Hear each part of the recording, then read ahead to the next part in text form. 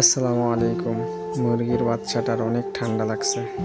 ঝিম মেরে বসে থাকে, কোনো খাবারও খাচ্ছে না।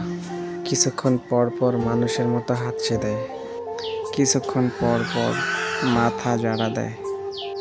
নাক মুখ ফুলে গেছে, চোখ দিয়েও পানি আসে। ঠান্ডার পাশাপাশি ওর পেটের ভিতরেও সমস্যা দেখা দিছে। খাবার হজম হয় না, গলায় খাবার জমে থাকে। ওর নিঃশ্বাস নিতে খুবই কষ্ট হয়।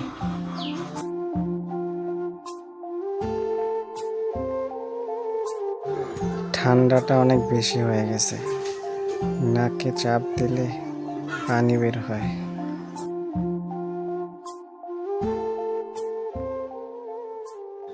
জানি না ওষুধ খাওয়ার পর ও আস্তে আস্তে সুস্থ হয় কিনা। আশা করি ওষুধ খাওয়ানোর পর আস্তে আস্তে সুস্থ হবে। দ্রুত সুস্থ করার জন্য যদি বেশি পরিমাণ ওষুধ ওকে খাওয়াই, মরে যাওয়ার সম্ভাবনা আছে।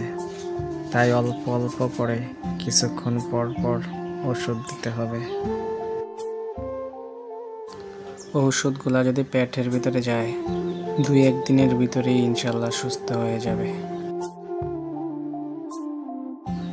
ছোট থেকেই কষ্ট করে এক পায়ে চলাফেরা করতেছে, তারপরে আবার অসুস্থ, খাওয়া দাওয়া অফ হয়ে গেছে। জানি না ওর কপালে কি আছে, তবে আমি মন থেকে চাই আল্লাহ ওকে অনেক দ্রুত সুস্থ করে দেখ। 20 মিনিট আধা ঘন্টা পর পর ওষুধ খাওয়াবো। ছোট থেকে ওর একটা পা না থাকার কারণে ওর প্রতি মায়াটা একটু বেশি।